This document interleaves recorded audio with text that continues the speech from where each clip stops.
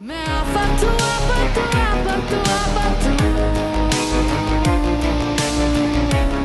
आफत के एपिसोड 26 में वरीशा और शिफा शुरुआत में बैठकर बातें कर रही होती हैं, जहां पर शिफा वरीशा को उसका ब्रेसलेट देती है और उसे बताती है कि ये मीशा ने मुझे दिया है और उससे सवाल करने लगती है कि तुम यूनिवर्सिटी क्यों नहीं गई और पार्टी में तुम गई थी क्या। मीशा ने मुझे बताया कि तुम किसी पार्टी में गई थी। तो वरीशा उसे कहने लगी कि ये मीशा झूठ बोल रही है और मैं उसे छोड़ूंगी नहीं। शिफा को उसकी बात पर यकीन हो जाता है और वो उससे कहती है कि तुम उससे दूर रहना ही अच्छा होगा उससे, क्योंकि वो बिल्कुल अच्छी लड़की नहीं है और उसके साथ उसकी शादी की बातें करने लगती है। और वो कहती है कि उमर एक अच्छा लड़का है, लेकिन वरीशा कंफ्यूज हो जाती है कि उमर कौन है। फिर वो उसे उसकी फ़ोटो दिखाती है कि ये उमर इकराम है और इसी के साथ तुम्हारी शादी होने वाली है। वरीशा वहाँ से गुस्से में महक के पास चली जाती है और महक को कहती है कि आपको किसी भी तरह ये शादी रोकनी होगी और महक उसे कहती है कि मैं अभी कुछ नहीं कर सकती, इसलिए अभी हमें खुशी का नाटक करना होगा।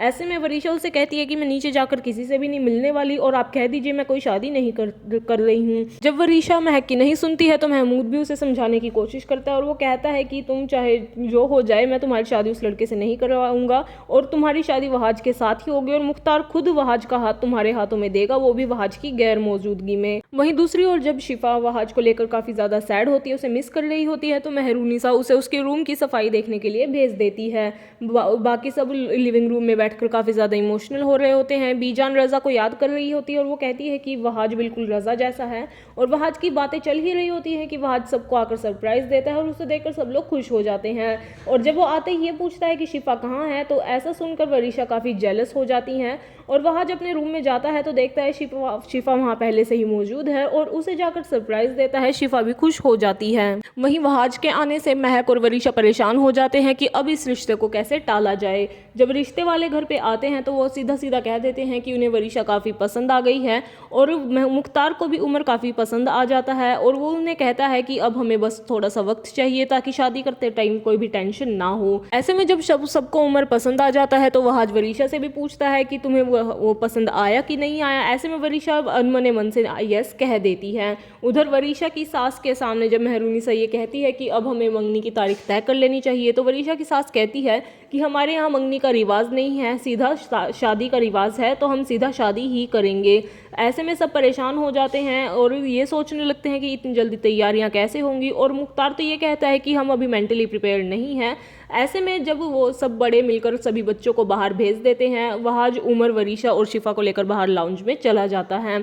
उधर महक जब ये कहती है कि अभी मंगनी कर लेते हैं और शादी बाद में होती रहेगी, तो उसकी सास उसे कहती है कि वरीशा को बाहर अगर लेके जाना है तो उसकी जल्दी शादी होगी ताकि उसके कागजात भी बन जाए और हमारे यहाँ वैसे भी मंगनी का रिवाज नहीं है। उनकी ये बात सुनकर सब लोग मान जाते हैं और आगे शादी की तारीख फिक्स करने लग जाते हैं। वहीं दूसरी ओर बाहर जहाँ पर एक और सब मजाक मस्ती से बातें कर रहे होते हैं, वहीं वरीशा अपने डैड को यानी महमूद को मैसेज करके सब बता रही होती है। तो शिफा उसे कहती है कि तुम फोन साइड रख के उमर से बातें क्यों नहीं करती, और बातों बातों में उमर उससे उसके फ्यूचर प्लान पूछने लगता है। तो वरीशा ये कहती है कि मेरा प्लान ये है कि मैं फैमिली बिजनेस में वहाज और बड़े पापा की हेल्प करना चाहती हूँ, लेकिन वहाज उसे कहता है कि तुम ये नहीं कर पाओगे, इसलिए ये प्लान भूल जाओ।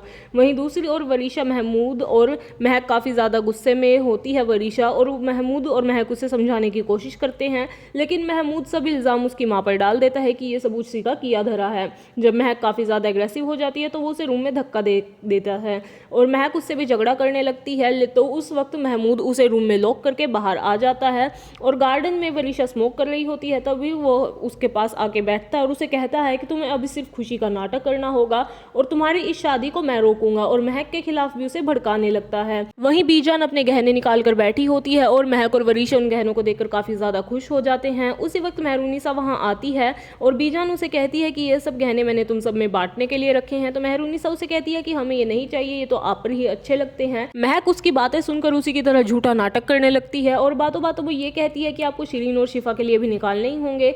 ऐसे में बीजान कहती है कि शिफा के लिए मैं पहले ही अलग कर चुकी हूँ और शिरीन के लिए तो है उसका पति। और दूसरी ओर जब मेहरूनिसा को वो देने की बात करती है तो पहले मेहरूनिसा मना करती है, लेकिन जबरदस्ती बीजान उसे एक सेट दे देती है।